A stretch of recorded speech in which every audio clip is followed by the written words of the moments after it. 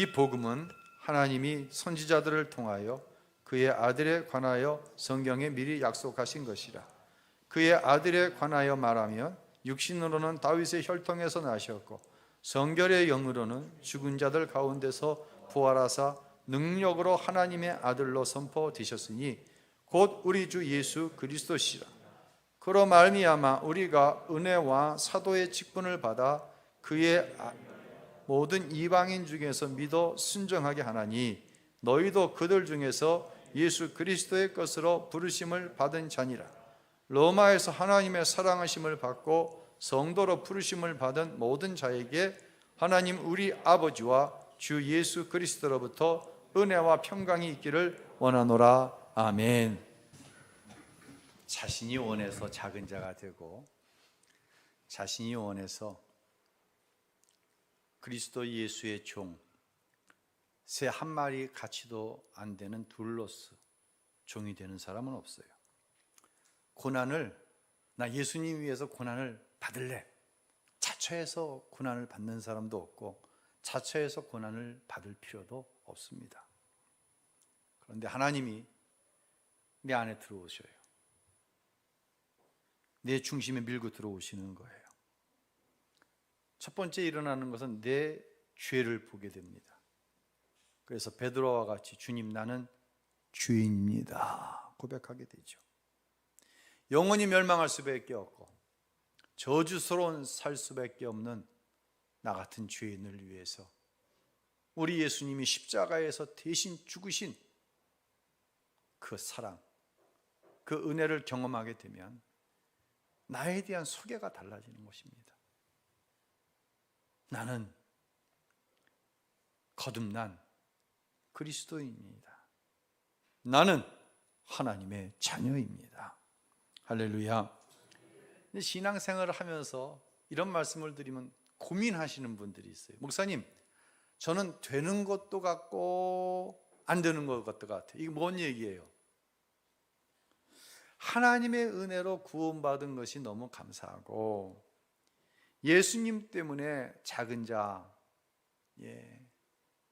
섬기는 자의 삶을 살기로 원한다고 하는 분명한 마음의 결단이 있는데, 고백도 있는데 그게 잘 돼야 안 돼요. 되는 것도 있고 안 되는 게 있어요 라고 고민을 얘기하는 거예요. 어느 날 갑자기 되는 게 아니에요. 지나치게 자책하지 마세요. 그저 이름만 대면 알만한 우리 교계를 대표하는 어른이고 참 저도 존경하는 목사님이 한 분 계세요. 선배 목사님이시죠. 이분이 자신의 책에서 이런 간증을 썼어요. 이제 추석 명절을 앞두고 아들이 학교를 갔다 왔어요. 초등학생인데, 아들아 숙제가 많지? 저 학교 다닐 때만 해도 이렇게 연휴가 길어지면 숙제를 얼마큼 내줘요? 많이 내준단 말이에요. 근데 아이가 아주 밝은 모습으로 아빠 숙제 하나도 없어요. 그러자 목사님의 입에서 나와서는 안 될 얘기가 나옵니다. 야, 너 땡 잡았구나. 스스로 이 얘기하고 깜짝 놀란 거예요. 그랬더니 아들이 하는 얘기가 아빠 땡 잡은 게 뭐예요? 묻더라는 겁니다. 그래서 목사님은 한편으로는 부끄러웠고 한편으로는 기뻤는데, 기쁜 이유는 뭐냐면 우리 아들은 아직 땡의 세계에 대해서 모르는구나. 그래서 기뻤고, 부끄러운 것은 목사님은 은혜 받기 전에 반 노름꾼이었대요. 반. 아주 직업적인 노름꾼은 아니었어도 반 노름꾼이었다는 거예요.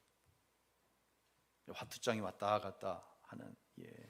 그런데 은혜 받은 후에 화투를 잡지 않으셨어요. 대신 성경 읽고 기도하고 또 하나님의 종이 되어서 설교 준비하고 경건 훈련에 매진하셨습니다. 그런데 순간적으로 아들 앞에서 땡 잡았구나라는 얘기가 나오더라는 것이죠. 사랑하는 성도 여러분, 이건 저도 마찬가지예요. 목사라는 외적인 모습과는 달리 순간적으로 옛사람이 튀어나옵니다. 제 가족들이 봐줘서 그렇죠. 무슨 목사가 저래? 무슨 목사님이 저래? 아유, 집에서 쫓겨나도 아마 10번은 더 쫓겨났을 거예요. 교회에서는 말할 것도 없죠. 우리 모두에게는 옛사람이 잔재가 남아있어요. 이것을 가리켜서 신학적으로는 죄성이다, 죄의 성질이 남아있다라고 얘기합니다. 성령으로 회개하고 거듭나는 순간 저와 여러분은 하나님의 자녀가 된 거예요. 내 의로 된 것이 아니라 내 안에 성령이 오셔서 하나님이 하신 일을 알지 못했어요. 하나님께서 나를 너무너무 사랑하셨어요. 나를 만드시고 사랑하셨는데 죄 가운데 하나님과 단절된 삶을 통하여 이 땅에서 저주스러운 삶을 사는 거예요. 가장 저주스러운 건 하나님과의 관계가 끊어진 삶이에요. 영원한 지옥에 가게 됐습니다. 그런데 하나님께서 예수님을 나 대신 십자가에 속전으로 내어주셔서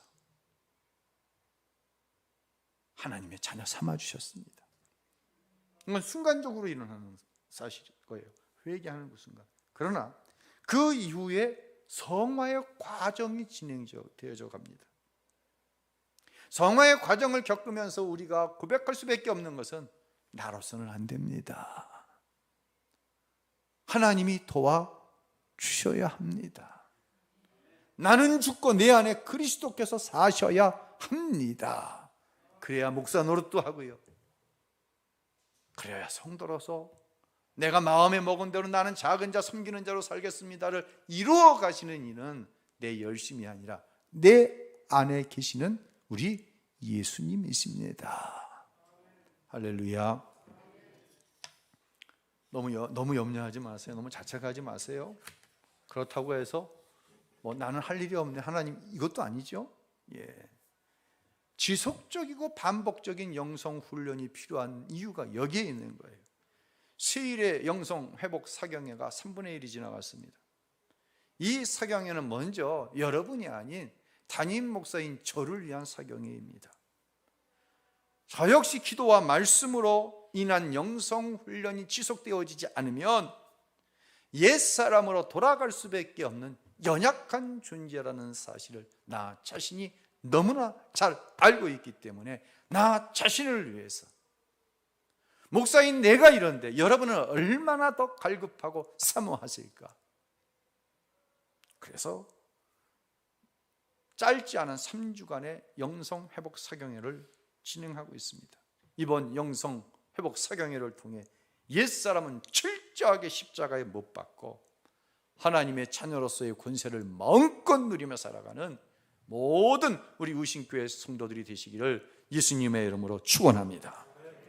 사도 바울은 로마의 교인들에게 편지를 쓰면서 먼저 자기를 예수 그리스도의 종, 사울, 사도, 택정함이라는 단어를 써가면서 자기를 소개했어요. 왜 그럴까? 왜 먼저 이런 얘기를 했을까?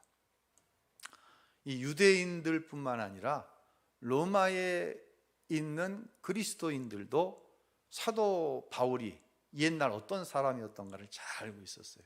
바울의 개종하기 전 이름이 뭐였죠? 사울이었죠. 이 사울이 다메섹에서 부활하신 예수님을 만날 때 예수님께서 사울에게 이런 말씀을 하십니다. 사도행전 9장 4절로 5절 읽습니다.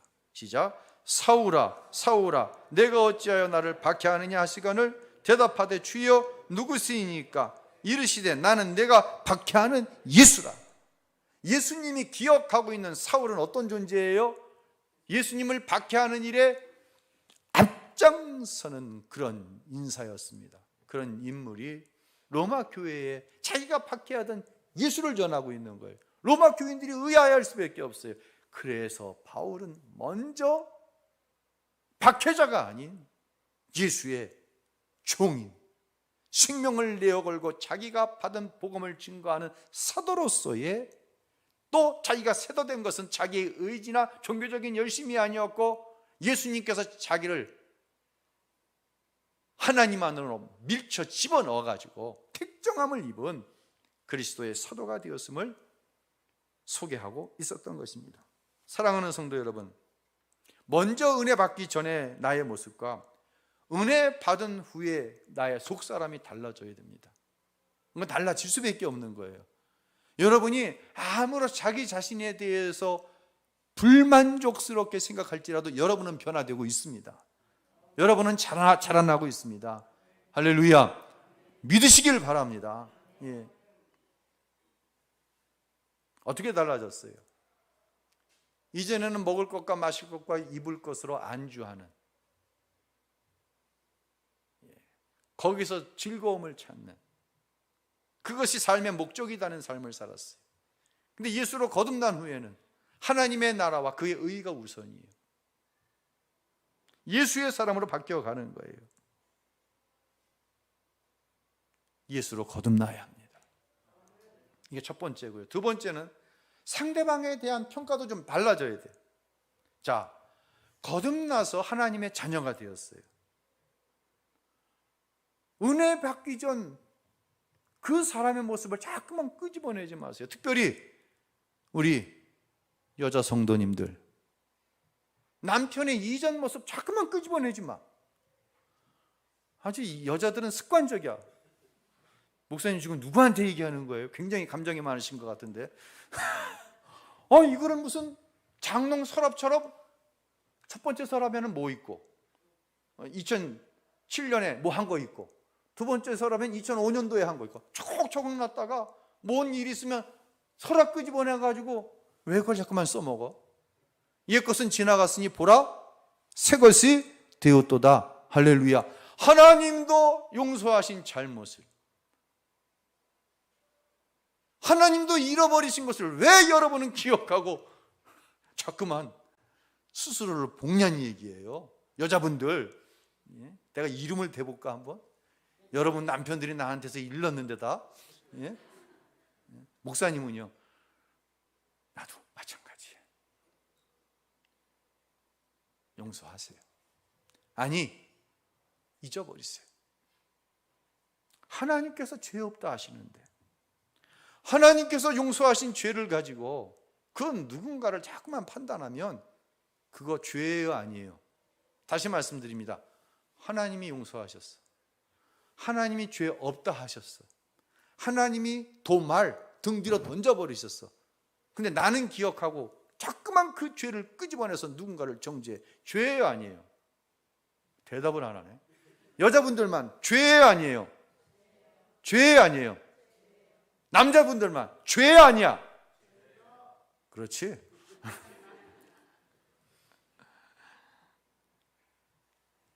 좌우지간 또 끄집어내기만 해요. 담임 목사한테 와서 일르면 설교 시간에 얘기하면 안 되겠지. 우리 그러지 맙시다. 여자분들 스스로를 볶으며 살지 마세요. 얼마나 감사해. 남편이 이 자리에 나와 있는 것만으로도 감사해요. 여자분들 안 나와 있다고 생각을 해봐. 안 나와 계신 분한테 가서 물어봐 좀. 이 정도 하고 말아야지. 더 하면 시험 들겠어요. 그렇죠? 자, 여러분 복음이 필요하신가요? 예수님이 필요하신가요? 인류 역사상 가장 이상적이며 강력했던 나라가 바로 로마 제국입니다. 기원전 2세기부터 기원 후 2세기 약 400년 동안 로마 제국은 이 땅에 세워진 나라 중에 가장 강력하면서 정말 살기 좋은 나라의 제국이었어요. 로마의 번영은 하나님이 주신 기후로부터 시작됩니다. 얼마나 날씨가 온순하고 비가 자주 내려주고 너무 많은 비가 내리는 것도 아니고, 그래서 토양이 비옥해요. 당시는 농경과 목축이 경제생활의 대부분을 차지하고 있었는데 땅이 비옥하다, 물이 풍성하다고 하는 것은 자연스럽게 경제적으로 윤택할 수밖에 없는 거죠. 또 무역적으로는 흔히 이야기하는 중국과 유럽 사이에 난 무슨 길? 비단길. 주위에 물이 또 많아. 이 물을 중심으로 도시가 생겨납니다. 그래서 중국이나 인도와 같은 나라와 아주 귀한 물건들을 교역을 할 수 있는 교역의 중심지가 로마였어요. 그래서 주 2세기 정치적인 이유로 추방을 당했던 로마의 정치가 아르스티데스라고 하는 사람이 이런 얘기를 했어요. 모든 것을 보고 싶다면 세상을 여행하라. 그것이 여의치 않으면 로마에 가서 살아라. 로마에 가서 살면 이 세상에 있는 모든 좋은 것들을 경험할 수 있다 라고 이야기할 정도였어요. 로마는 식민지를 세우면 로마 사람을 왕으로 파송하지 않았어요. 자, 유대의 왕이 누구였죠? 헤롯이었죠. 헤롯은 어느 나라 사람? 로마 사람이 아니잖아요. 유다 사람이잖아요. 이렇게 해서 식민지 된 나라의 국민들의 마음을 얻었어요. 하나님의 백성이라고 하는 유대인들보다 더 여성들의 인권이 존중되었어요. 로마는 정치적으로 공화정을 택했는데 공화정은 훗날 민주주의의 초석이 됩니다. 얼마나 정치적으로, 경제적으로, 또 인권에 있어서 이상적인 나라였는지 몰라요. 또 로마는 문화적으로 이 건축물들을 통해 보면 화려하게 꽃피웠던 것을 볼 수가 있어요. 우리가 가장 잘 아는 로마의 대표적인 건축물 콜로세움 한번 보죠. 콜로세움 밖에서 안에서 찍은 내용입니다. 이 안에 얼마나 많은 인원을 수용이 가능하냐면 얼마요? 5만 명이 들어갑니다. 과학적으로 통로를 내갖고 5만 명이 수분이면 다 건물 밖으로 빠져나갈 수 있도록 설계를 했습니다. 대단한 건물이죠.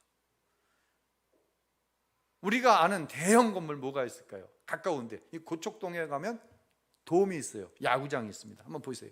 이게 고척돔이야. 수용 인원이 몇 명이에요? 약 17,000명에서 2만 명 정도 됩니다. 저 어마어마한 고척돔의 몇 배예요? 콜로세움이 3배예요. 그러니까 이 로마의 건축 기술이 또 그 안에서 경기를 하고 온갖 공연을 하고 대단하죠.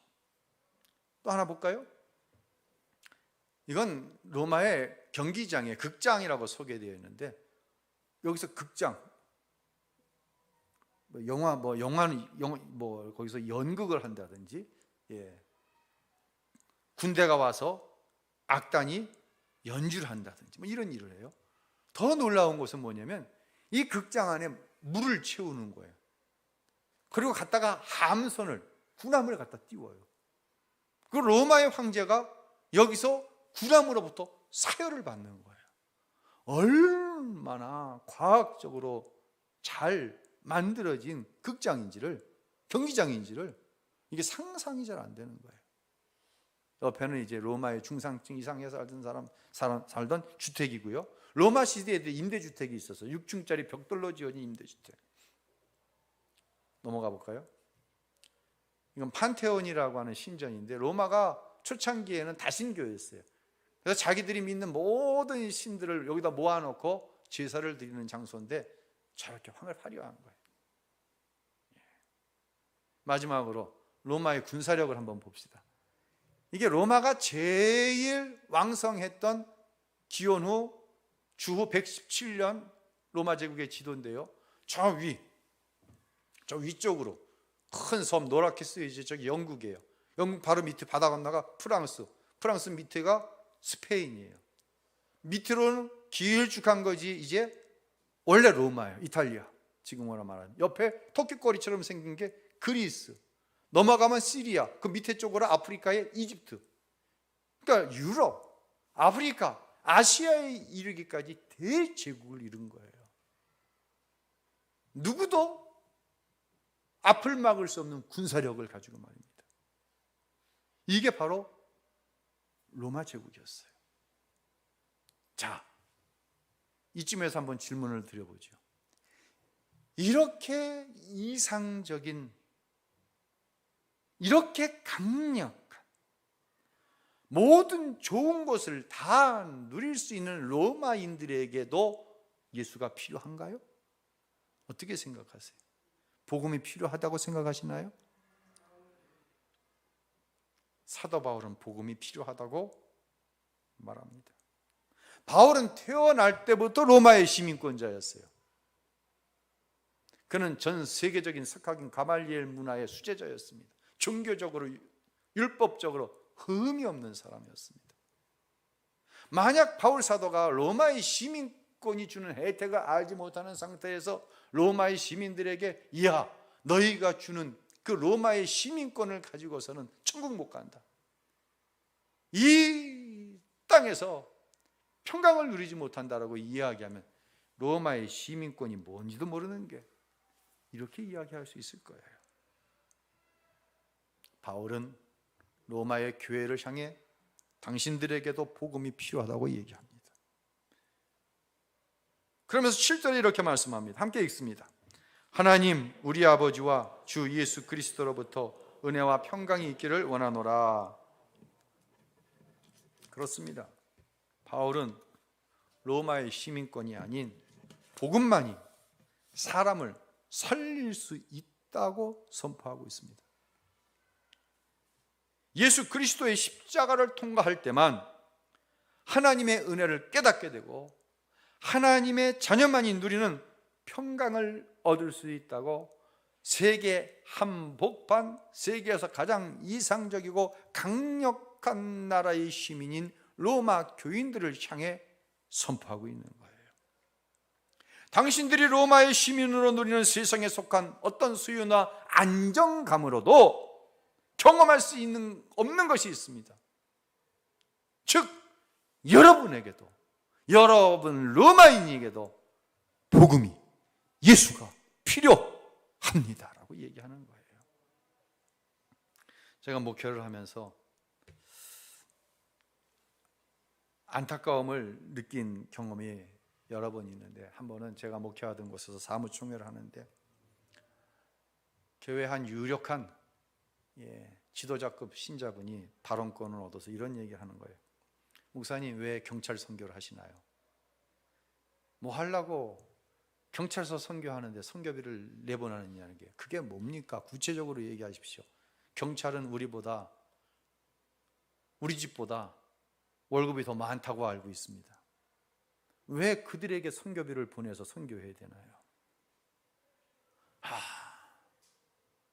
복음이 뭔지 안다면 나에게 복음이 필요하듯이 경제적으로 나보다 나은 누군가에게도, 미국 사람에게도, 미국에도 선교사를 보내야 돼요. 아멘. 호주에도 선교사를 보내야 돼요. 왜 안 보내요? 호주에? 호주는 우리보다 더 잘 사는데 이 의식이 있더라고요. 두 번째는 호주는 돈이 너무 많이 들어요. 물가가 비싸니까. 이 의식이 있더라고요. 다시 말씀드립니다. 로마인에게도 복음이 필요합니다. 바울이 선포하는 복음은 무엇입니까? 2절부터 7절을 정리하면 복음은 예수 그리스도이십니다. 할렐루야. 그분이 복음, 기쁨의 소식인 것은 나의 죄를 십자가에서 대속하셨기 때문입니다. 이 복음이 나를 구원하였고, 이 복음이 나를 하나님의 자녀되게 하였으며, 이 복음이 오늘도 나로 하여금 하나님의 자녀된 권세를 가지고 세상에서 승리하는 하나님의 사람으로 살게 하는 유일한 능력이기 때문인 줄로 믿으시기를 바랍니다. 마지막 질문을 던집니다. 여러분에게 복음이 필요하신가요? 나에게 복음이 필요합니까? 정말 필요하십니까? 이 대답에 심각하게 질문을 하시기 바랍니다. 나에게 안정감을 주고 즐거움을 주는 세상에 무엇이 필요합니다. 그러나 그것과 비교할 수 없을 만큼 나에게 복음이 필요하냐는 질문입니다. 여러분의 자녀에게 복음이 필요한가요? 대학이 필요한가요? 좋은 직장이 필요한가요? 필요합니다. 그럼 복음은요? 여러분의 자녀를 살리는 복음은요? 여러분의 자녀로 하여금 하나님의 자녀된 권세를 가지고 살게 하는 복음은요? 세상에 알 수도 없고 경험할 수도 없는 하나님의 평강을 누리게 하는 복음은요? 죄송합니다. 혹시 하찮지는 않습니까? 그거에 대한 답을 우리는 해야 합니다. 지금 바울은 로마의 교회를 향해 이 답을 하라고 요청하는 거예요. 여러분을 축복합니다. 복음으로 하나님의 자녀된 권세를 누리며 살아갈 수 있게 되시기를 우리 주 예수 그리스도의 이름으로 축원합니다. 할렐루야.